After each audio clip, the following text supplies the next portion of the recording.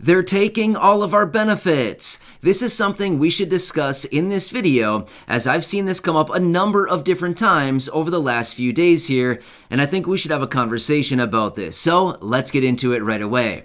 But if you haven't done so yet, or if you happen to be new here, make sure to hit the subscribe button right down below the video so I can keep you updated each and every day with all of this information that is changing very rapidly. It's very confusing with everything going on right now, keeping everything straight, trying to figure out what's actually happening and what is just a proposal. But either way, don't worry, that's what I'm here for, as I'm doing all the research every day on your behalf, and I distill it all down into these short videos so that you can stay tuned every single day in as short of a video as I possibly can. So again, thanks so much for joining me. I really do appreciate it. I truly just want to help out everybody in this community in any way that I possibly can through this time, as it's tough out there. It's real and it is tough. So thanks again, subscribe down below, and let's get into this right away.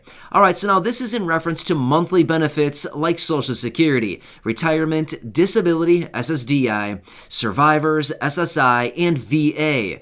This has actually come up a number of different times here over the last couple days. In fact, I've seen it a number of times down in the comment section today. I saw it a number of times yesterday, and I've seen it over the last few days here come up multiple times.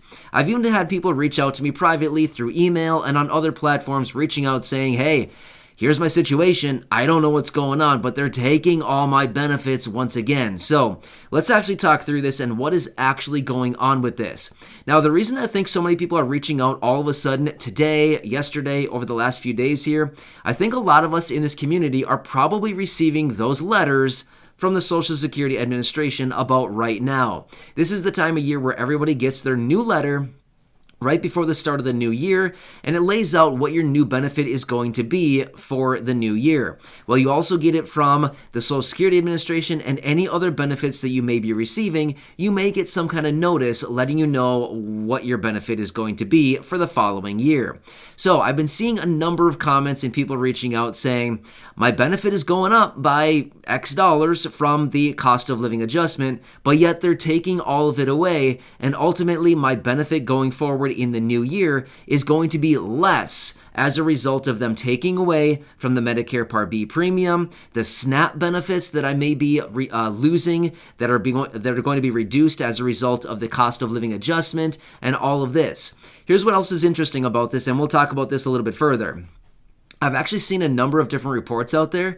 Remember a few months ago when they announced the cost of living adjustment from the Social Security Administration? It came in at 5.9%, and we're like, whoa, that's huge. The biggest raise that we've seen in a number of decades. This is the largest raise that we've seen in a lot of years. At the time, it was sounding really good. However, now that we fast forward a few months, looking back at it, we're thinking, really? 5.9%? That's nothing. It needs to be bumped up a few more points.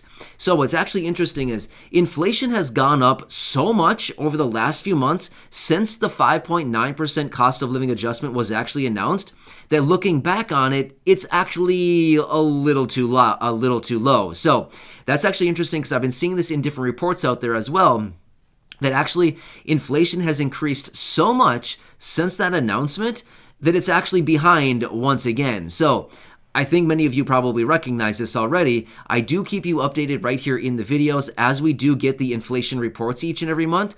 And the last report came in at nearly 7%, 6.8%. So as you can see, the 5.9% cost of living adjustment is already behind, and we're not even into the new year yet.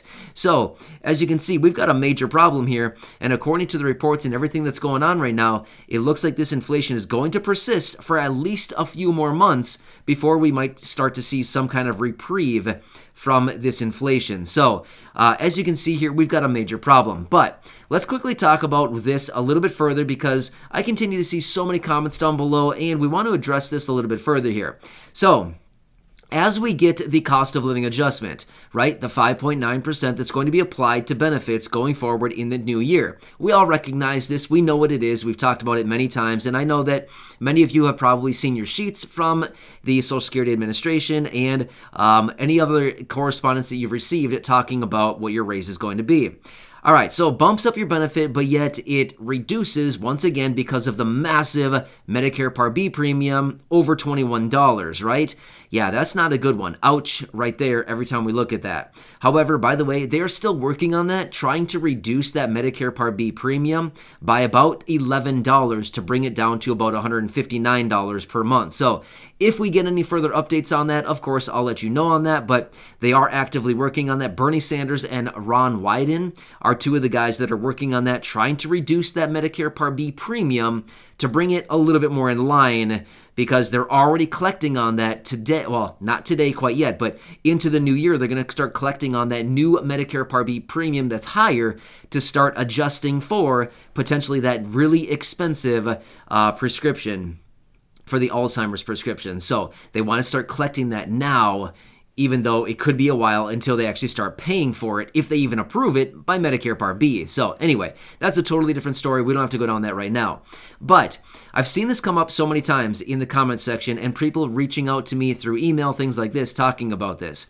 So typically, here's what we see. A raise in the a raise to your benefits because of the cost of living adjustment, and then a reduction because of the Medicare Part B premium, which may leave you a little bit left as far as a raise. But here's what happens. For those of you that are receiving other benefits like SNAP benefits, Supplemental Nutrition Assistance Program, these types of benefits for food assistance on a monthly basis, unfortunately, it's generally offsetting those benefits as well, where those are also being reduced. Therefore, you're getting less SNAP benefits, and ultimately, if you take all of the, all your benefits, you add it all up and subtract all your deductions, at the end of the day, month over month, you're most likely probably getting less.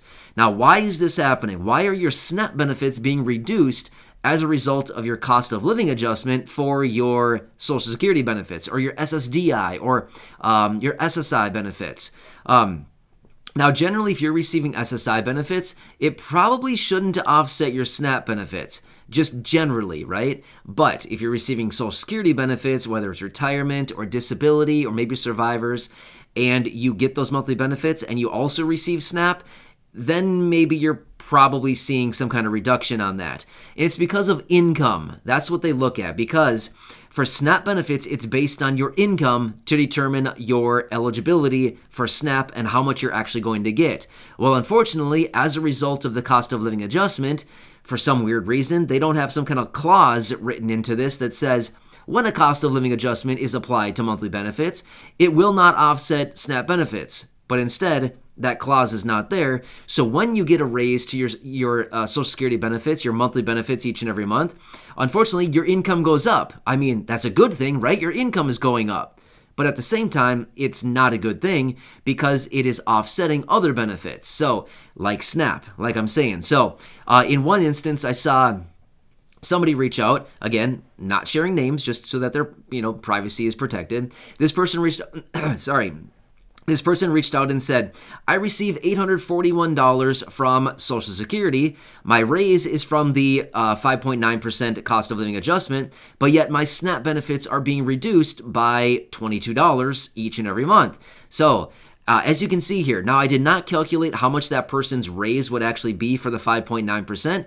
I just didn't calculate it, but basically saying 6 times 40, it's about $50. So let's just say that person gets bumped up to about, again, just really roughly doing some mental math here, it's about $50 per month that person's going to be receiving on their benefit. Now, again, it's going to be different for everybody, but I'm just giving you this quick example. So this person's going to get about $891 per month as a result of the cost of living adjustment.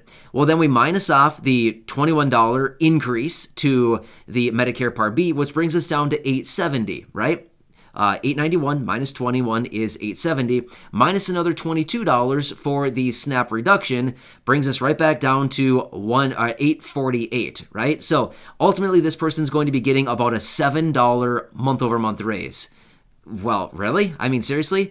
So just those two things alone, the Medicare Part B premium and the reduction in SNAP benefits, is eating away the entire, practically the entire cost of living adjustment. So with the exception of about $7. So yeah, nice little raise to offset the cost of living going into the new year, right? Well, that's the whole point of the cost of living adjustment, is to offset expenses that are going into a new year because of inflation. But that only leaves about $7 in this one instance, in this one example, where this person, when they go out and spend their money on the necessities, food and gas and whatever else you might need to buy, well, inflation is far more on those few $100s that are going to be spent out there is far more than just $7, right? It's way more than that, significantly more than that. So this is just one example, but I've been seeing this across many, many different situations coming out. So yeah, not a good situation, right? But anyway, I wanted to talk through this a little bit because I've been seeing it come up so many times down in the comments section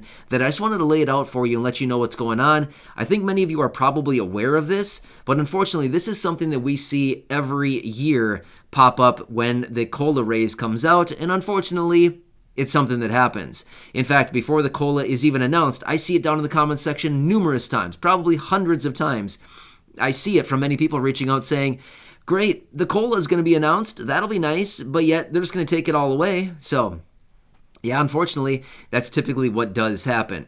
Now, hopefully, if they do start moving forward with this Social Security 2100 or any of these other provisions out there to actually reform Social Security or SSI or SSDI, any of these programs, hopefully that they would write some kind of language into these provisions and into this legislation that would actually permit, or that would not allow, right? That would not permit the reduction of benefits as a result of the cost of living adjustment. So you would think that that would be written in there, and maybe that's something that we could kind of push for somehow. Again, if you've been watching for a while now, we've been sending a number of different letters out to Congress, asking them to do a variety of different things. So I don't really know if sending a letter on this would be really, if it actually do anything, because first off, are they going to read it? We don't know. And second of all, I don't know. I like to go after the big things, like the big fish in the ocean, right? Therefore, like stimulus checks and raises to benefits, things like that.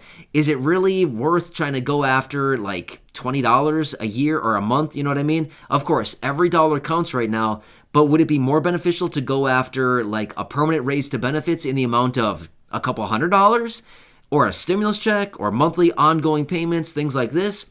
Or would it be worth putting our energy toward like $20 a month, right? I think all of us can probably agree it's probably far more worth our efforts and everything like that to go to Congress and call for monthly raises, benefit raises, permanent raises, monthly ongoing stimulus checks, a one-time massive $2,000 stimulus check, or anything else like this. So I think we can all probably agree, if we're going to get something out of them, let's try to go for the big ones and try to get permanent raises. The $200 per month raise that was introduced a year and a half ago, or even more now, that was introduced by that small group of senators, or pretty much anything else, right? Monthly checks, I think we can probably all agree on that. So anyway, I wanted to talk about this because I continue to see it come up so many times down in the comments section. And as I say, in my other videos, and I'll say it again right now, anytime that I read through the comment section and I see the same things coming up time and time again, I usually like to make a dedicated video about that, just because, if I see 20 or 50 or 100 or a couple hundred comments talking about something,